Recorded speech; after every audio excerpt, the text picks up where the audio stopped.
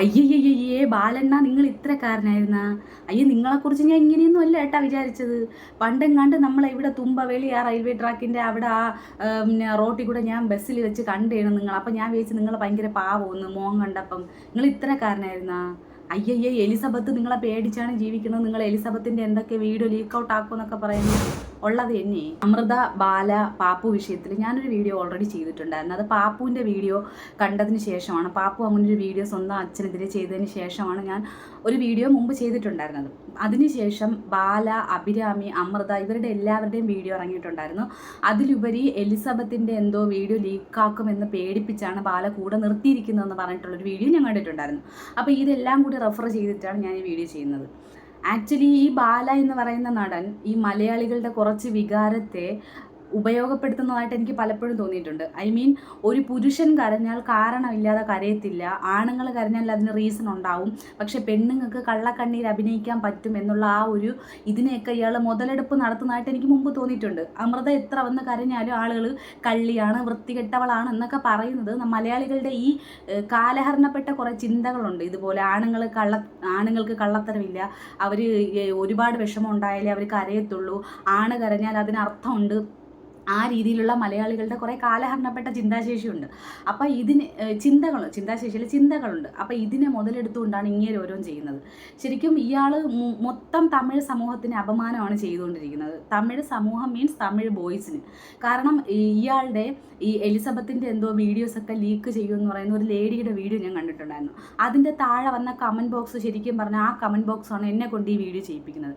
ആ കമൻറ്റ് ബോക്സിൽ കുറേ പേര് പറയുന്നുണ്ട്, മലയാളി പെൺകുട്ടികളെ തമിഴന്മാർക്ക് കെട്ടിച്ചു കൊടുക്കരുത്, തമിഴന്മാർ ഇങ്ങനെയാണ്, മിക്കതും ഇങ്ങനെയാണെന്ന് പറയുന്നുണ്ട്. അവിടെ തന്നെ ഒരു വലിയ മിസ്റ്റേക്കാണ് ആ കമൻറ്റ് ചൂണ്ടിക്കാണിക്കുന്നത്. അതായത് നമ്മുടെ ശ്രീനിഷ് ഒരു തമിഴനാണ്, പേളിയുടെ ഭർത്താവ്. ശ്രീനിഷ് തമിഴന്. ഇപ്പോൾ കൃഷ്ണ കുമാറിൻ്റെ മോള് ദിയ കെട്ടിയ അശ്വിൻ എന്ന് പറയുന്ന ആ പയ്യനും തമിഴനാണ്. അപ്പം തമിഴന്മാരെ മൊത്തം അടച്ചാക്ഷേപിക്കുന്ന രീതിയിൽ ഇയാളുടെ ഒറ്റ പ്രവൃത്തി ദോഷം കൊണ്ട് നിങ്ങൾ എല്ലാവരെയും അങ്ങനെയാണെന്ന് പറയരുത്. തമിഴരുടെ കൂട്ടത്തിൽ നല്ലവരുമുണ്ട്. തമിഴ് മക്കൾ എന്നാൽ അൻപ് മക്കൾ. തമിഴന്മാരെ കല്യാണം കഴിച്ചാൽ ഭാര്യമാരെ പൊന്നുപോലെ, അതായത് അവർ കെട്ടുന്ന പെണ്ണിന് വേണ്ടി, സ്വന്തം മനേവിക്ക് വേണ്ടി എന്തും ചെയ്യും എന്നുള്ള ഒരു ഇതാണ് നമ്മളൊക്കെ കേട്ടിട്ടുള്ളത്. ആ ഒരു ഇതിനെ മൊത്തത്തിൽ കരിവാരി തേക്കുന്ന രീതിയിലാണ് ഈ നടൻ്റെ ഓരോ പ്രവൃത്തികൾ പോയിക്കൊണ്ടിരിക്കുന്നത്. ഇവിടെ ബാലയിലോട്ട് വന്നാൽ ഇയാളൊരു പക്ക സൈക്കോയാണ്. ഇയാൾ ഈ അമൃതയെ കല്യാണം കഴിക്കുന്ന സമയത്ത് അമൃതയ്ക്ക് ഒരു 10-18 വയസ്സാണ്. അപ്പം സ്റ്റാർ സിംഗർ പോലുള്ള ഒരു വേദിയിൽ പാടിക്കൊണ്ടിരിക്കുന്ന ഒരു കുട്ടി, ഈ നടനോടുള്ള ആരാധന മൂത്ത് അത് പ്രണയമായി ആ കുട്ടി മുൻകൈ എടുത്ത് കല്യാണം കഴിക്കുന്നു.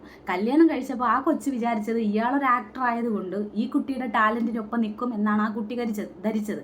അപ്പം ആ കുട്ടി അങ്ങനെ ധരിച്ചുകൊണ്ട് ഇയാളെ കല്യാണം കഴിക്കുമ്പോൾ ഇയാൾക്ക് വേണ്ടത് ഒരു അടിമയായിരുന്നു. അയാൾക്ക് അഭിനയിക്കണം, കാശുണ്ടാക്കണം, ഇയാൾ ആണ് മുകളിലാണ്, സ്ത്രീകളെ താഴെയാണെന്ന് ചിന്തിക്കുന്ന വെറും ഒരു സൈക്കോപാത്താണ് ഇയാൾ.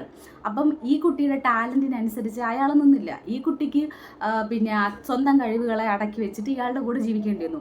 ഒരു പരിധി വരെ ഇന്ന് ഒരു കഴിവും ഇല്ലാത്ത പെൺപിള്ളേർ പോലും ഒരാണിന് അടിമപ്പെട്ട് നിൽക്കില്ല. കൂലിപ്പണി എടുത്തെങ്കിലും പെണ്ണുങ്ങൾ സ്വന്തം കാലം നിൽക്കുന്ന സമയത്ത് നല്ല ടാലൻ്റ് ഉള്ള ഒരു കുട്ടി എത്ര കാലം ഇയാളുടെ കൂടെ ജീവിക്കും, എത്ര കാലം അടിമത്തം അനുഭവിച്ച് ജീവിക്കും. അങ്ങനെയായിരിക്കും ഒരുപക്ഷെ അമൃത ആ കെട്ടിൽ നിന്നും പൊട്ടി ആ കുട്ടി സ്വതന്ത്രമായിട്ട് ജീവിക്കുന്നത്.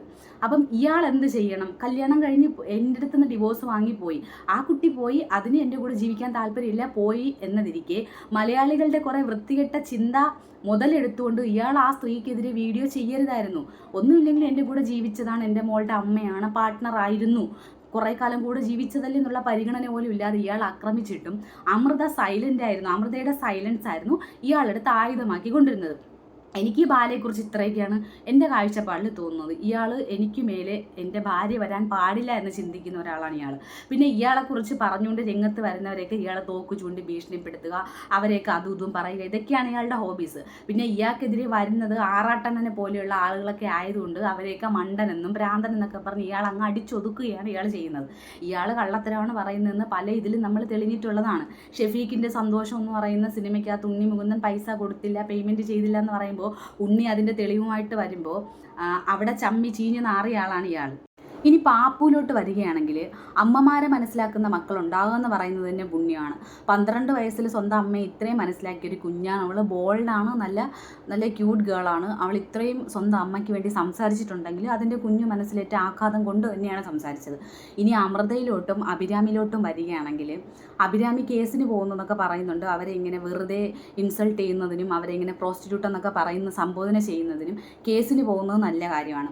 അമൃതയോടായാലും അഭിരാമിയോടായാലും എക്സ്പ്ലെയിൻ ചെയ്യാതിരിക്കുന്നതാണ് ഏറ്റവും നല്ലതായിട്ടാണ് എനിക്ക് തോന്നുന്നത്. സോഷ്യൽ മീഡിയയിൽ അവർ ഇത്രയും നാൾ ഒന്നും പറയാതിരുന്നത്, അവരുടെ സൈലൻസിനെ ഇയാൾ മുതലെടുത്തുകൊണ്ട് ഇയാൾ ആക്രമിച്ചപ്പോഴാണ് അവരിപ്പോൾ വന്നിട്ട് ക്ലാരിഫിക്കേഷൻ ചെയ്യുന്നത്. സോഷ്യൽ മീഡിയ എന്ന് പറഞ്ഞാൽ കുടുംബ കോടതിയൊന്നുമില്ല. നമുക്കിവിടെ വന്ന് നമ്മുടെ എല്ലാ കാര്യങ്ങളും എക്സ്പ്ലെയിൻ ചെയ്യേണ്ട ആവശ്യമില്ല. അപ്പം അഭിരാമിയോ അമൃതയോ ആരോ പറയുന്നുണ്ടായിരുന്നു, ഞങ്ങൾ ഈ ധൈര്യത്തിൻ്റെ മുഖം മൂടിയിട്ട് നിൽക്കുന്നത്, ഞങ്ങൾ ഇതും കൂടെ ചെയ്തില്ലായിരുന്നെങ്കിൽ ഞങ്ങളെ കൂട്ടത്തോടെ ആക്രമിക്കപ്പെടുമായിരുന്നു എന്ന് അഭിരാമിയുടെ ഒരു സ്റ്റേറ്റ്മെൻറ്റ് എവിടെയോ ഞാൻ കണ്ടു, വായിച്ചതായിട്ട് ഓർക്കുന്നു. അത് അമൃതയാണോ അഭിരാമിയാണോ പറഞ്ഞതെന്ന് എനിക്കറിയില്ല. ഈ 2 സഹോദരിമാരിൽ ആരോ ഒരാളുടെ സ്റ്റേറ്റ്മെൻറ്റാണ്. അവർ പറയുന്നത് വളരെ ശരിയാണ്. ഇന്ന് ഒന്നുകിൽ ഡിവോഴ്സായ, അല്ലെങ്കിൽ ഭർത്താവ് മരിച്ച, അല്ലെങ്കിൽ ഒറ്റയ്ക്ക് ജീവിക്കുന്ന സ്ത്രീകളെല്ലാവരും ഒരു മുഖം മൂടിയുടെ ആവരണത്തിലാണ് ജീവിക്കുന്നത്. ഇവർ ബോൾഡാണ്, തൻ്റേടിയാണെന്നൊക്കെ മറ്റുള്ളവരെ തോന്നിപ്പിക്കുന്നതാണ്. കാരണം കഴുകൻ കണ്ണുകൾ അവർ കൊത്തിപ്പറിക്കാതിരിക്കാൻ എല്ലാവരും ഒരു ഫ്രണ്ടിലൊരു ഷീൽഡ് ഇട്ട് തന്നെയാണ് നടക്കുന്നത്. എല്ലാവരും ഇങ്ങനെ ധൈര്യശാലിയാണ് എന്ന് കാണിക്കുന്നതേ ഉള്ളൂ. ഉള്ളിൽ എല്ലാവരും സ്ത്രീകളാണ്, നമുക്കറിയാം. പക്ഷേ നമ്മൾ ഇങ്ങനെയും കൂടെ നിന്നില്ലെങ്കിൽ നമ്മളെ തലയിൽ കയറിയിരുന്ന് ഡിസ്കോ ഡാൻസ് കളിക്കും ഓരോരുത്തർ. അപ്പോൾ നിങ്ങളിപ്പോൾ കാണിക്കുന്ന ഈ ആറ്റിറ്റ്യൂഡും നിങ്ങളുടെ ലൈഫ് സ്റ്റൈലും എല്ലാം ഓക്കെയാണ്. അമൃതയെ സംബന്ധിച്ച് അമൃത ചോദിക്കുന്നൊരു ചോദ്യമുണ്ട്, ഞാൻ എന്ത് തെറ്റാണ് ചെയ്തത്? 18 വയസ്സിൽ ഒരാളെ കല്യാണം കഴിച്ചു, സഹിക്കാൻ പറ്റാതായപ്പോൾ ഡിവോഴ്സ് ചെയ്തതാണോ ഞാൻ ചെയ്ത തെറ്റ്? ഒരിക്കലുമല്ല.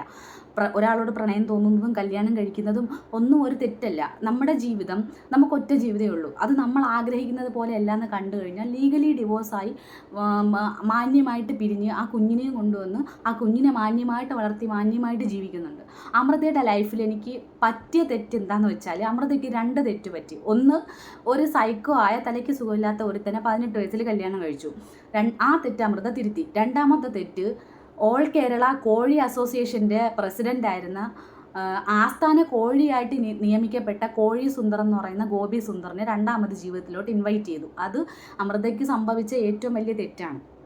പക്ഷേ അതിൽ പോലും അമൃത പറയുന്നുണ്ട്, ബാലയുടെ അത്ര സൈക്കോ അല്ലായിരുന്നു അയാളുടെ കോഴി സ്വഭാവം കാണിച്ച് അടുത്ത പിടക്കോഴിയെ കണ്ടപ്പോഴത്തേക്കും അതിൻ്റെ പുറകെ പോയി. അതിനിപ്പോൾ ആ കുട്ടിക്കൊന്നും ചെയ്യാൻ പറ്റില്ല.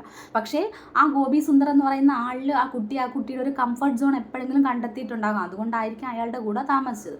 വാട്ടെവർ, അതൊക്കെ അവരുടെ കാര്യം. അപ്പം ഈ അമൃതയായിരുന്നാലും അഭിരാമി ആയിരുന്നാലും നിങ്ങൾ എക്സ്പ്ലെയിൻ ചെയ്യുന്നത് വെറുതെയാണ്. നമ്മൾ എത്ര തന്നെ വിളിച്ചു കൂവിയിരുന്നാലും നമ്മുടെ ഭാഗത്തുള്ള സത്യസന്ധമായിട്ടുള്ള കാര്യങ്ങൾ കേൾക്കുന്നതിനേക്കാൾ ആൾക്കാർക്ക് ഇഷ്ടം നമ്മുടെ ഭാഗത്തുള്ള നുണ കേൾക്കുന്നതാണ്. നമ്മൾ എത്ര വിളിച്ചു കൂവിയാലും നമ്മൾ നല്ലതാണ് എന്ന് കേൾക്കുന്നതിനേക്കാൾ നമ്മളെ മോശം പറഞ്ഞ് കേൾക്കാൻ ആഗ്രഹിക്കുന്നവരാണ് നമുക്ക് ചുറ്റുമുള്ള എല്ലാവരും. വെറുതെയാണ് നമ്മൾ സോഷ്യൽ മീഡിയയിൽ വന്ന് എക്സ്പ്ലെയിൻ ചെയ്യുന്നത്. നിങ്ങൾക്ക് നിങ്ങളുടെ ജീവിതം നിങ്ങൾക്ക് ഇഷ്ടമുള്ള പോലെ ജീവിക്കാൻ ഭൂമിയിൽ അവകാശമുണ്ട്. ഇപ്പം അഭിയായിരുന്നാലും അമൃതയായിരുന്നാലും 2 പേരായിരുന്നാലും ഇപ്പോൾ നിങ്ങൾ സോഷ്യൽ മീഡിയയിൽ വന്നിട്ട് ഞങ്ങൾ അങ്ങനെയില്ല, ഞങ്ങൾ മോശമല്ല, ഞങ്ങൾ ഇങ്ങനെയാണെന്ന് പറയുമ്പോൾ മലയാളികൾക്കൊരു സ്വഭാവമുണ്ട്. മലയാളികളെ തലയിൽ കയറ്റുകയും ചെയ്യും, അതേപോലെ നേരെ എയറിൽ കയറ്റുകയും ചെയ്യും. തലയിൽ നിന്ന് നേരെ ബഹിരാകാശത്തോട്ട് വിടുന്ന സ്വഭാവമാണ് മലയാളികൾക്ക്. മലയാളികളെ നമ്പരുത്. അവർ താരാട്ടുകയും ചെയ്യും, തള്ളിത്തറയിലിടുകയും ചെയ്യും. അതാണ് അവരുടെ സ്വഭാവം. അതുകൊണ്ട് ആരെയും ഒന്നും ബോധ്യപ്പെടുത്താൻ നിൽക്കണ്ട, ഒന്നും എക്സ്പ്ലെയിൻ ചെയ്യാൻ നിൽക്കണ്ട. എല്ലാവരും ഓരോരോ പ്രശ്നങ്ങളുള്ളവരാണ്. ഭൂമിയിൽ ആർക്കും ആരെയും വിധിക്കാനോ ഇന്ന ആൾ ഇവിടെ ജീവിക്കാൻ പാടില്ലെന്ന് തീരുമാനിക്കാനൊന്നും ആർക്കും റൈറ്റ്സ് ഇല്ല. എല്ലാവർക്കും അവരവരുടെ ജീവിതം ജീവിക്കാനുള്ള റൈറ്റ്സ് ഭൂമിയിലുണ്ട്. അതുപോലെയാണ് അമൃതയായാലും പാപ്പു ആയാലും അഭിയായാലും അഭിയുടെ അമ്മയായിരുന്നാലും. ഇവിടെ 4 സ്ത്രീകളാണ് ജീവിതത്തോട് പൊരുതുന്നത്. അതിലൊരു 12 വയസ്സായ കുഞ്ഞും. പിന്നെ അഭിയോടായാലും അമൃതയോടായാലും ഒന്നും എക്സ്പ്ലെയിൻ ചെയ്യരുതെന്ന് പറയാൻ കാരണം, 12 വയസ്സുള്ളൊരു കുഞ്ഞ് വന്നിട്ട് സ്വന്തം അച്ഛൻ്റെ ഭാഗം എക്സ്പ്ലെയിൻ ചെയ്തപ്പോൾ ആ കുഞ്ഞിന് എന്തൊക്കെ പറഞ്ഞു കേരള സമൂഹം എന്ന് നിങ്ങൾ കണ്ടതാണല്ലോ. സ്ക്രിപ്റ്റ് എഴുതി കൊടുത്ത് ചെയ്യിപ്പിച്ചതാണെന്ന് വരെ പറഞ്ഞു. അങ്ങനെ പറയുന്ന ഒരു സമൂഹത്തിൻ്റെ ഇടയിൽ ഈ ബാല എന്ന് പറയുന്ന ആട്ടിൻതോലിട്ട ചെന്നായ, അയാൾ സിനിമയിലും ജീവിതത്തിലും ഒരുമിച്ച് അഭിനയിക്കുന്നെങ്കിൽ അഭിനയിച്ചോട്ടെ. അയാളുടെ ലൈഫിലൊരു വലിയ ഒരു പരാജയം വന്നു, ഹോസ്പിറ്റലൈസ്ഡ് ആയി അയാൾ മരണത്തെ മുഖാമുഖം കണ്ടിട്ട് പോലും അയാളുടെ ഈ പറട്ട സ്വഭാവം അയാളിൽ നിന്ന് മാറുന്നില്ലെങ്കിൽ അയാൾ അത്രയും ഒരു ക്രിമിനൽ ആയതുകൊണ്ടായിരിക്കും ആ സൈക്കോപാത്തിനെ ജീവിതത്തിൽ നിന്ന് ഒഴിവാക്കി ഇനി ആ അധ്യായം അടച്ചതായിട്ട് കരുതുക. ഈ കുഞ്ഞിനെ ആയിരുന്നാലും ഇതുപോലുള്ള കാര്യങ്ങളിൽ ഇൻവോൾവ് ആക്കാതെ ആ കുഞ്ഞിനെ അതിൻ്റേതായിട്ടുള്ള പ്രായത്തിൻ്റേതായിട്ടുള്ള മാനസിക സന്തോഷവും ഉല്ലാസവും കൊടുക്കും. നിങ്ങളിപ്പോൾ എങ്ങനെയാണോ അതുപോലെ തന്നെ മുന്നോട്ട് പോവുക. എന്തായാലും ഈ അഭിരാമിയും അമൃതയൊന്നും ആരുടെയും കയ്യിലിരിക്കുന്നൊന്നും പിടിച്ചു പറിച്ച് തിന്നാനൊന്നും അവർ പോയിട്ടില്ല. അവർ കഫേ ഉട്ടോപ്യ എന്ന് പറയുന്നൊരു കട നടത്തി സംരംഭകരാണ് രണ്ടുപേരും. അവർ ബിസിനസ്സും ചെയ്യുന്നുണ്ട്. അമൃത കലാകാരിയാണ്. ആ കുട്ടിയുടെ തൊണ്ടയാണ് ആ കുട്ടിയുടെ കഴിവ്. ആ കുട്ടി ശബ്ദം കൊണ്ട് ജീവിക്കുന്നു. അഭിരാമിയും ഗായികയാണ്. രണ്ടുപേരും പാട്ടുകാരാണ്. അപ്പോൾ അവരാരെയും ദ്രോഹിക്കാതെ സംഗീതത്തിൻ്റെ ലോകത്ത് ആ അമ്മയും മക്കളും ആ അമ്മമ്മയും ജീവിച്ച് പൊക്കോട്ടെ. ഈ ബാല എന്ന് പറയുന്ന ആളിനെ എനിക്ക് തോന്നുന്നു ആൾക്കാർക്ക് ഏകദേശം ഇപ്പം മനസ്സിലായിട്ടുണ്ട്. മുമ്പ് അമൃതയും അഭിരാമിയും കുഞ്ഞിനെയൊക്കെ പറഞ്ഞവർ ഇന്ന് എല്ലാ കാര്യങ്ങളും മനസ്സിലാക്കി നിങ്ങളുടെ കൂടെ ഫുൾ സപ്പോർട്ടായിട്ട് നിൽക്കുമെന്ന് തന്നെയാണ് എൻ്റെ വിശ്വാസം. ലൈഫിൽ ഒരു കാര്യങ്ങളും അതിപ്പോൾ അമൃതയല്ല അഭിരാമിയല്ല ആരായിരുന്നാലും സോഷ്യൽ മീഡിയയിൽ വന്ന് നമ്മൾ എക്സ്പ്ലെയിൻ ചെയ്യേണ്ട കാര്യമില്ല. നമ്മൾ എത്ര എക്സ്പ്ലെയിൻ ചെയ്തിരുന്നാലും 100 പേര് കേട്ടാൽ 2 പേര് മാത്രമേ നമ്മളെ വിശ്വസിക്കാൻ തയ്യാറാവൂ. ആ 2 പേര് വിശ്വസിച്ചാൽ ബാക്കി 98 പേരെ നമുക്ക് പറഞ്ഞ് മനസ്സിലാക്കാൻ പറ്റില്ല. അപ്പം നമുക്ക് ചുറ്റുമുള്ള പണ്ട് മുതൽ നമ്മളെ കാണുന്ന കുറേ ആൾക്കാരുണ്ട്. അവർ വിശ്വസിക്കുന്നെങ്കിൽ വിശ്വസിച്ചോട്ടെ. അല്ലെങ്കിൽ തന്നെ സോഷ്യൽ മീഡിയയിൽ വന്ന് നമ്മൾ ആരെയാണ് പറഞ്ഞ് ബോധ്യപ്പെടുത്താൻ ശ്രമിക്കുന്നത്? നമ്മൾ ആരാണെന്നോ എന്താണെന്നോ നമുക്ക് ചുറ്റും നടക്കുന്നത് എന്താണെന്നോ നമ്മുടെ ചുറ്റുപാട് എന്താണെന്നോ അറിയാത്ത എവിടെ ഇരിക്കുന്ന കുറേ ആൾക്കാർ വന്നിടുന്ന കമൻറ്റിലാണോ നമ്മുടെ ജീവിതം ഇരിക്കുന്നത്? എവിടെ ഇരിക്കുന്ന കുറേ ആൾക്കാരുടെ വിധിയിലാണോ നമ്മുടെ ജീവിതം ഇരിക്കുന്നത്? ഇതൊന്നുമല്ല. നമ്മളാരും എക്സ്പെക്റ്റ് ചെയ്യും പോലെയല്ല നമ്മുടെ ജീവിതം മുന്നോട്ട് പോകുന്നത്. നമ്മൾ വിചാരിക്കുന്നിടത്തൊന്നുമല്ല നമ്മുടെ ജീവിതം നിൽക്കുന്നത്. ഒഴുക്കിനെതിരെ നീന്താൻ പറ്റിയില്ലെങ്കിൽ ഒഴുക്കിനൊപ്പം അങ്ങ് പോവുക, അത്രയേ ഉള്ളൂ. അപ്പം പാപ്പുമോക്ക് നല്ലൊരു ബെസ്റ്റ് കരിയർ കൊടുക്കാൻ എല്ലാവരുടെയും പ്രാർത്ഥനകളുണ്ടാവും. എൻ്റെ ഈ വീഡിയോ അവർ കാണുമോ ഇല്ലെന്നൊന്നും എനിക്കറിയണ്ട. പക്ഷേ ആ ഒരു 12 വയസ്സുള്ള കുഞ്ഞിനെ കാണുമ്പോൾ എനിക്ക് 13 വയസ്സുള്ളൊരു മോളാണ്. അപ്പോൾ എനിക്ക് എൻ്റെ കുഞ്ഞായിട്ടാണ് തോന്നുന്നത്. അപ്പോൾ അതിൻ്റെ വിഷമം കണ്ടപ്പോൾ ഞാനൊരു അമ്മയാണ്. ഇപ്പോൾ ഈ എന്ത് കഷ്ടപ്പാടുണ്ടായിരുന്നാലും എത്ര ബുദ്ധിമുട്ടിയായിരുന്നാലും ഭർത്താവ് എടുത്തിട്ട് അടിച്ചാലും തല്ലിപ്പഴിപ്പിച്ചാലും അയാൾ കുടിയനായിരുന്നാലും അയാളുടെ കൂടെ തന്നെ ജീവിച്ച് ജീവിതം നരകിപ്പിച്ച് തീർക്കണമെന്ന് ചിന്തിക്കുന്ന കുറേ കുലസ്ത്രീകളുടെ ഇടയിൽ നമുക്ക് നമ്മുടെ ജീവിതം ഹോമിച്ച് കളയേണ്ട കാര്യമൊന്നുമില്ല. ഇത് എല്ലാ സ്ത്രീകൾക്കും ഉള്ള എൻ്റെ ഒരു ഇതാണ്. അപ്പം അത്രയേ ഉള്ളൂ.